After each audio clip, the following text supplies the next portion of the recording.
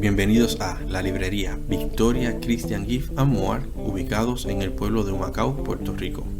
Aquí encontrarás distintos detalles con mensajes cristianos como lo son tazas y marcadores.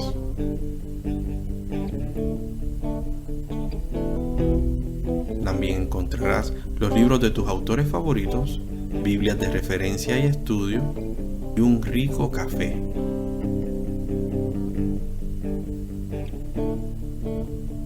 Tutorías de matemáticas y contenido a través de las redes sociales de Actualidad Cristiana. Te esperamos y recuerda, comparte, comenta y bendice. Estás en Victoria.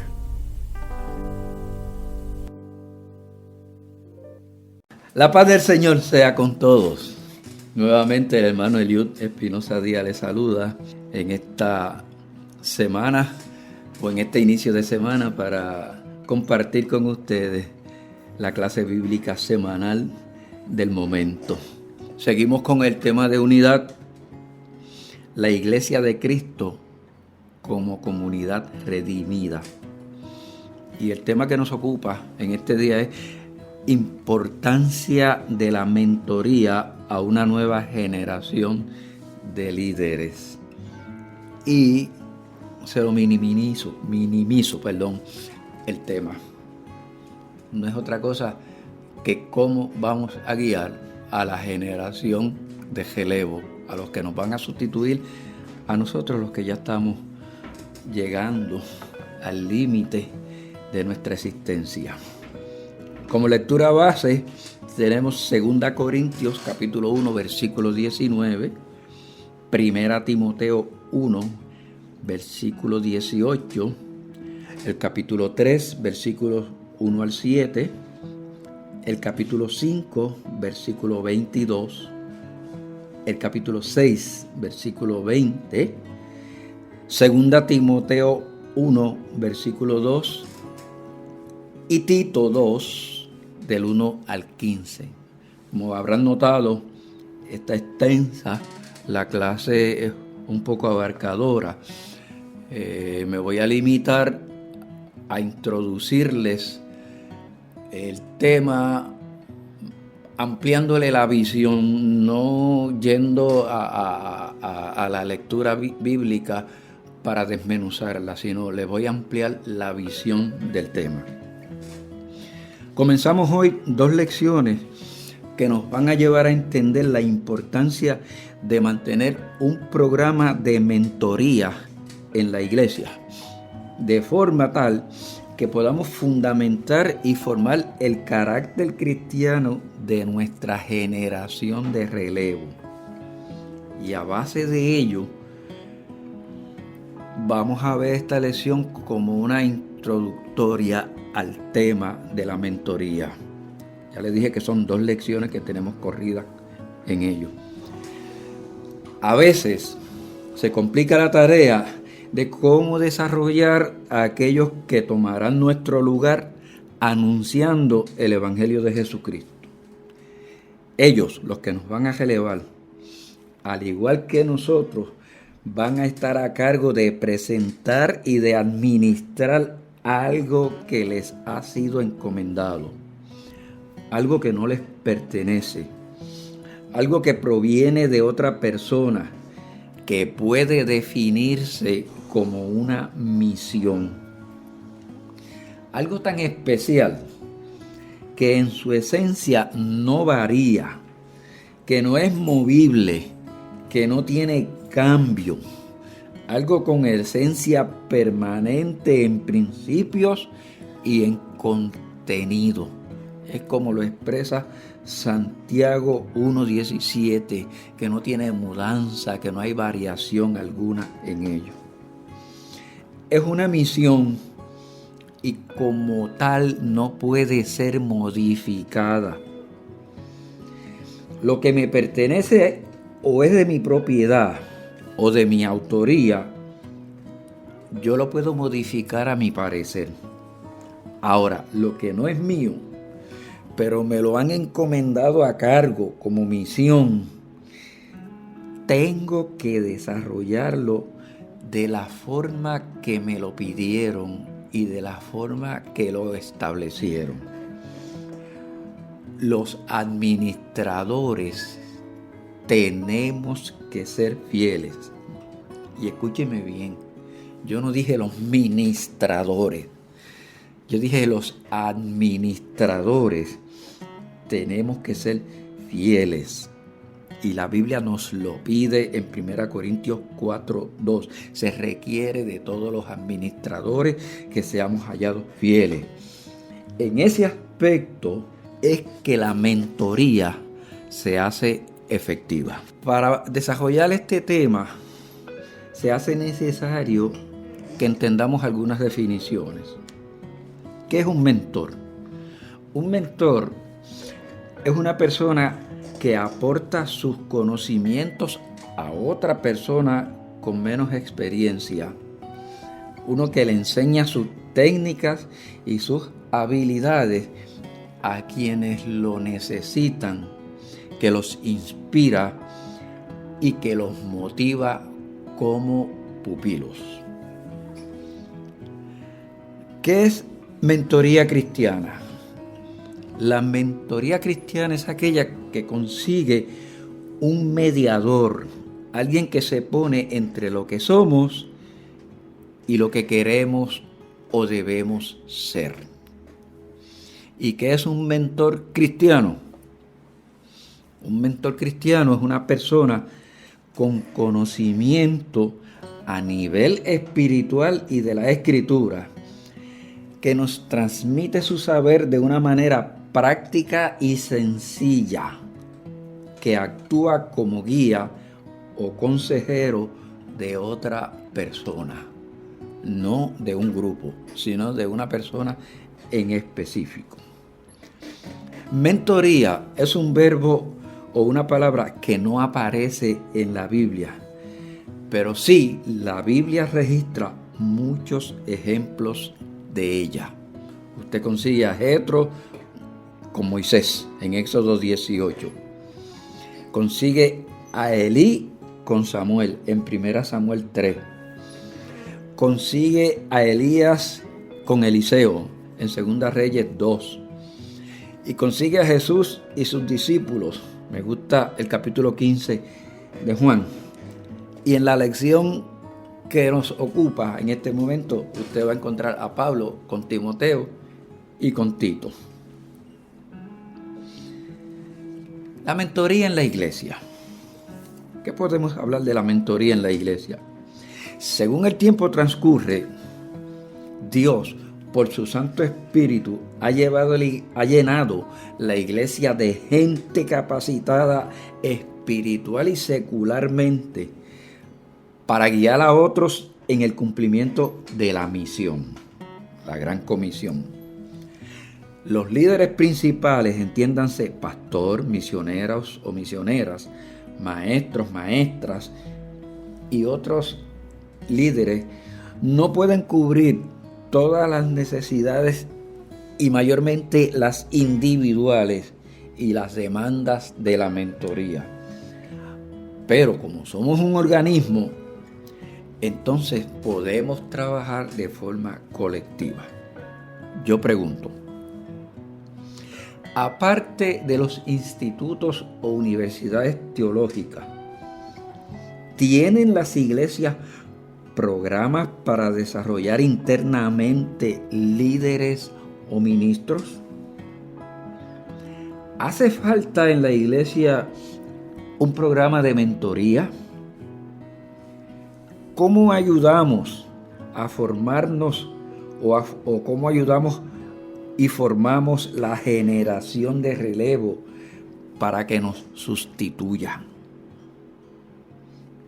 Todo lo que no se dirige a un punto determinado se desvía, termina en el vacío o termina indebidamente. Y usamos aquí la expresión: el que a nada apunta, a nada acierta. ¿Cómo puedo yo saber, o cómo puede usted saber si un o una joven puede estar preparado o preparada para realizar algo? Que lo haya hecho bien una vez en el año no es un indicador. tampoco el que realice un trabajo efectivo en el jubileo de jóvenes, en la semana o en el mes de la juventud. Se necesita algo más amplio, algo más concreto que forme, que capacite, que defina. Así que debemos aceptar que en ese sentido la iglesia ha sido poco diligente en la formación de ministros internos que funcionen en todas las facetas del servicio que la iglesia ofrece. Se le ha dado casi total importancia o atención al oficio pastoral y al oficio magisterial. Se ha descuidado la profecía, el servicio, los misioneros o misioneras internos, la exhortación, el que reparte, el que preside, la misericordia, la diligencia, el compartir, el llorar con los que lloran y otras funciones que son de responsabilidad en la iglesia. En una vez anterior, no sé si aquí, pero sé que en una de las clases ofrecí un ejemplo que lo repito en este momento. No estoy juzgando porque yo soy parte de ellos. ¿Cómo sabe usted, pastor o líder, si tienen los músicos de la iglesia, de su iglesia o de la iglesia que usted asiste, un sentido claro de que su tarea es un ministerio y no un despliegue de talento? Voy al culto no por tocar el instrumento, sino con un sentido de adorador. Sigo siendo músico, aunque lleve el instrumento al culto y no lo utilice.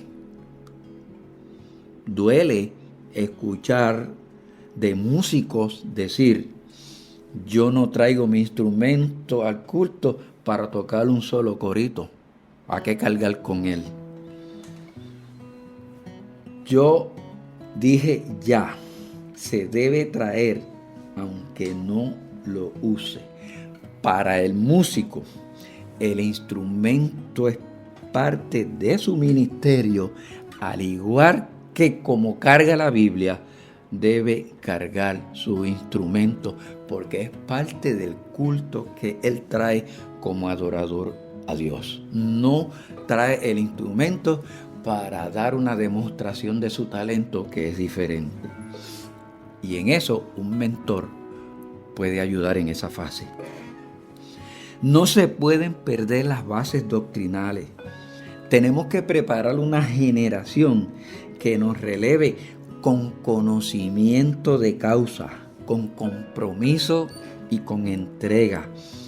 Hay que formarlos bajo la dirección del Espíritu Santo. Dios llama. La iglesia, por medio del Espíritu Santo, prepara. Sobre ello, les doy una experiencia que viví y que en el momento en que la viví, le pregunté a 2 líderes pastorales cuando instalaban 2 jóvenes al pastorado en diferentes sitios. Pregunté al líder eclesiástico, que era mi amigo y sigue siendo mi amigo personal: ¿por qué lo hiciste? Me contestó: tienen un llamado de Dios. Respondí: conozco del llamado y no lo objeto, pero no puedes mandarlos al campo de batalla sin preparación y orientación. Eso es actuar semejante a Nerón cuando enviaba a los cristianos a la arena para que los leones se los comieran. Cuando las circunstancias del pastorado ajoren a estos muchachos, no tendrán un soporte cognitivo y experiencial para enfrentarlo. Eso no lo provee el instituto o la universidad. hay que guiarlos, hay que formarlos, hay que dirigirlos. Gente, con dolor les digo que ambos jóvenes dejaron su pastorado y dejaron también el evangelio porque no se sintieron listos para la tarea. Estaban llamados, me consta, pero no formados, me consta también. La mentoría ayuda al mentee o al que está recibiendo la mentoría a conseguir sus objetivos a nivel personal, a nivel profesional, a nivel social y a nivel espiritual. Es un poquito más que un maestro, es más que un pastor, es más que un misionero. El objetivo del mentor es buscar el avance del discípulo, aconsejarlo, que mejore sus habilidades a través del desarrollo de capacidades o de las capacidades que tiene y que adquiera conocimientos estratégicos para llevar a cabo su tarea, que desarrolle mejor confianza y seguridad en sí mismo y en Dios. Si Dios te llamó, te va a respaldar. Mire, hasta Pablo, que fue el apóstol encargado de traernos a los gentiles el evangelio, aunque la Biblia dice e inmediatamente predicaba, ese inmediatamente se refiere inmediatamente después que fue formado. Una vez él fue formado, en una de sus epístolas nos dice que él se fue, estuvo en cierto sitio preparándose y luego, como a los 3 años, fue que subió. Aún siendo Pablo un conocedor extremo de la ley y del judaísmo, cuando Cristo lo llama a predicar el evangelio, lo envía a que se prepare primero, lo forma, porque instrumento útil es para que lleve esto en presencia de reyes, de príncipes y de todas las naciones. Aún los pastores y ministros se les hace necesario tener un mentor en quien depositen sus dudas, sus ansiedades, sus enfoques y sus expectativas. Un mentor sabe y debe escuchar, debe ser empático con el mentee. La empatía, recuerde esto, no es estar de acuerdo con, sino saber entender las circunstancias y tener la capacidad de ayudar dentro de ella. El mentor sabe preguntar, formula preguntas abiertas y cerradas. Antes de comenzar una mentoría, tanto el mentor como el mentorizado, el mentee, deben estar predispuestos a trabajar juntos, con entusiasmo, con disciplina y con confianza mutua. Para que el proceso de la mentoría tenga éxito, ambas partes deben asumir ciertos compromisos antes de iniciar en este proceso de transformación. Se necesita un mentor cuando se están desarrollando líderes dentro del plan de sucesión, que el plan de sucesión es el plan de la generación de relevo, las gentes que nos van a sustituir a nosotros en la iglesia.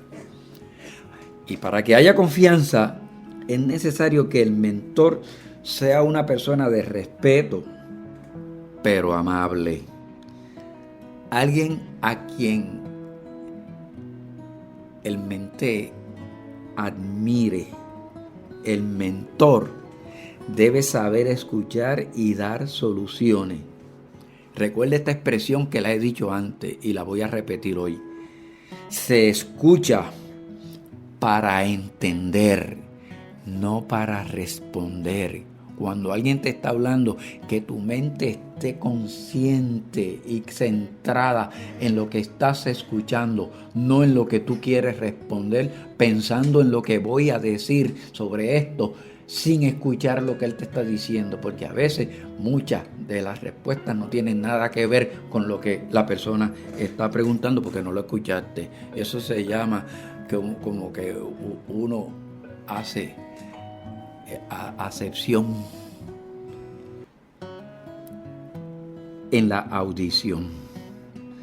La mejor explicación bíblica de la mentoría nos la va a dar Pablo ya mismo.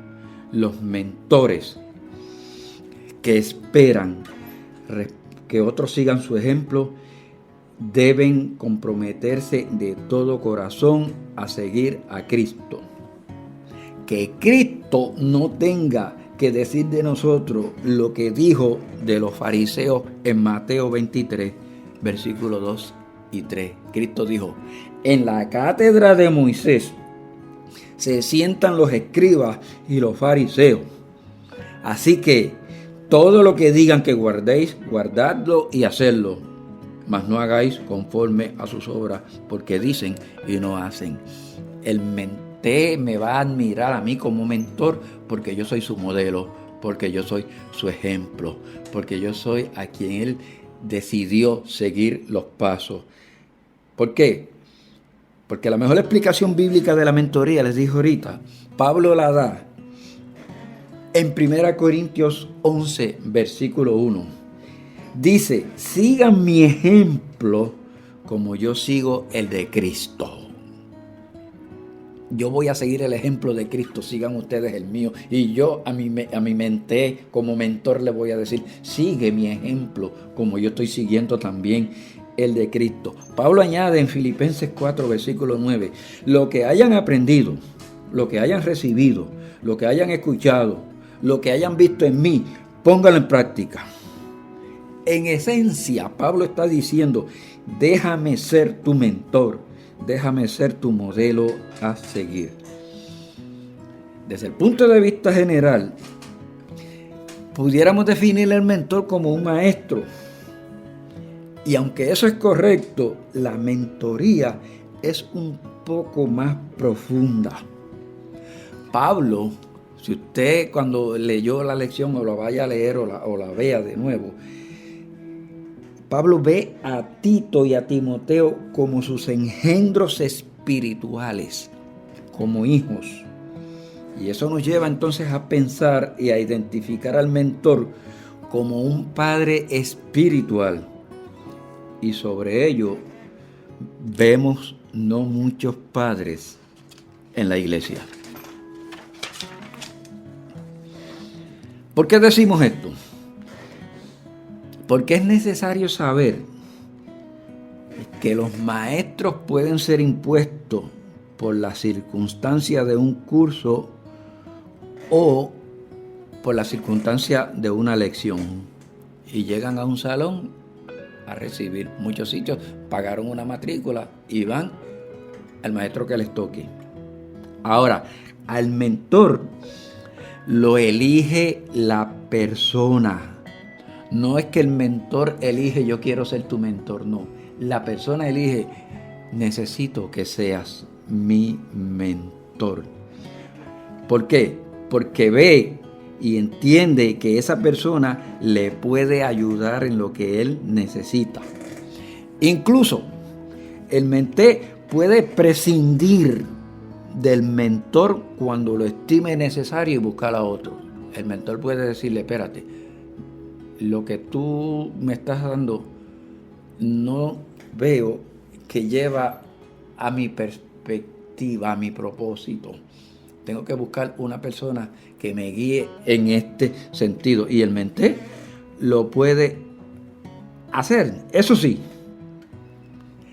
la iglesia debe establecer un banco de mentores y ponerlo en conocimiento general para que puedan ser elegidos. Cuando lo vayan a hacer, acuérdense de los requisitos que se dan en Hechos para conseguir a los diáconos, pues acuérdense de los requisitos que debe tener un mentor. Esa generación de relevo que necesitamos preparar, que necesitan de un mentor, al hablar de ella, lo que hace única nuestra generación, la de los mentores, es lo que Dios está diciendo. Así que esa generación de relevo nosotros la tenemos que ver por lo que Dios está diciendo.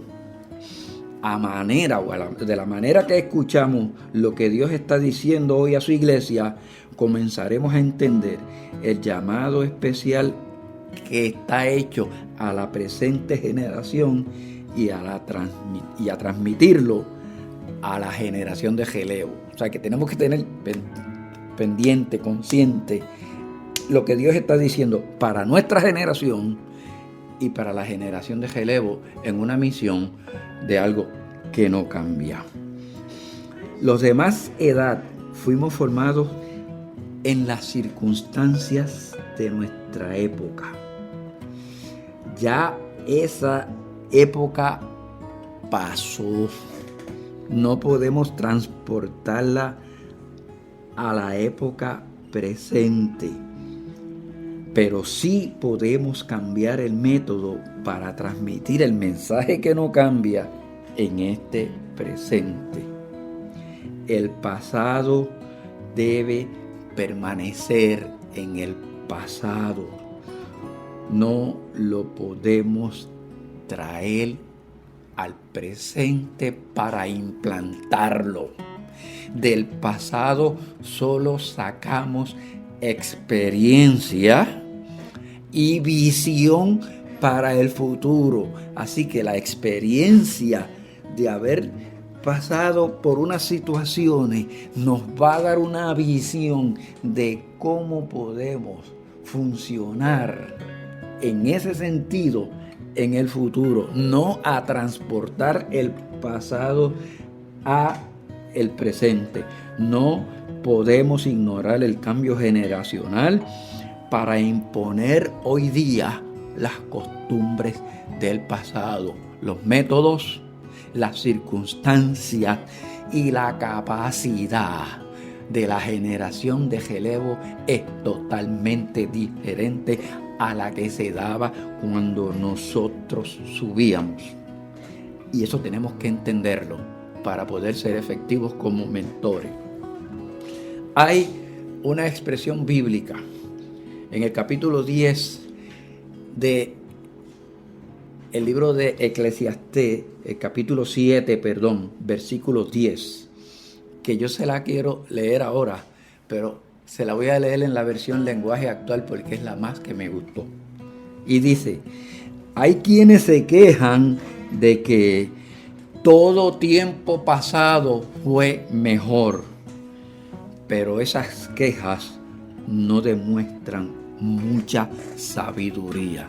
Búsquelo en la versión bíblica que usted tenga a la mano, que lo va a encontrar más o menos de la misma forma. Eclesiastés, capítulo 7, versículo 10. Así que repito, no podemos ignorar el cambio generacional y el cambio cultural para enseñar una disciplina como el Evangelio de Jesucristo, que nunca cambia, que no presenta acomodo razonable, conveniente a la cultura o conveniente al mundo.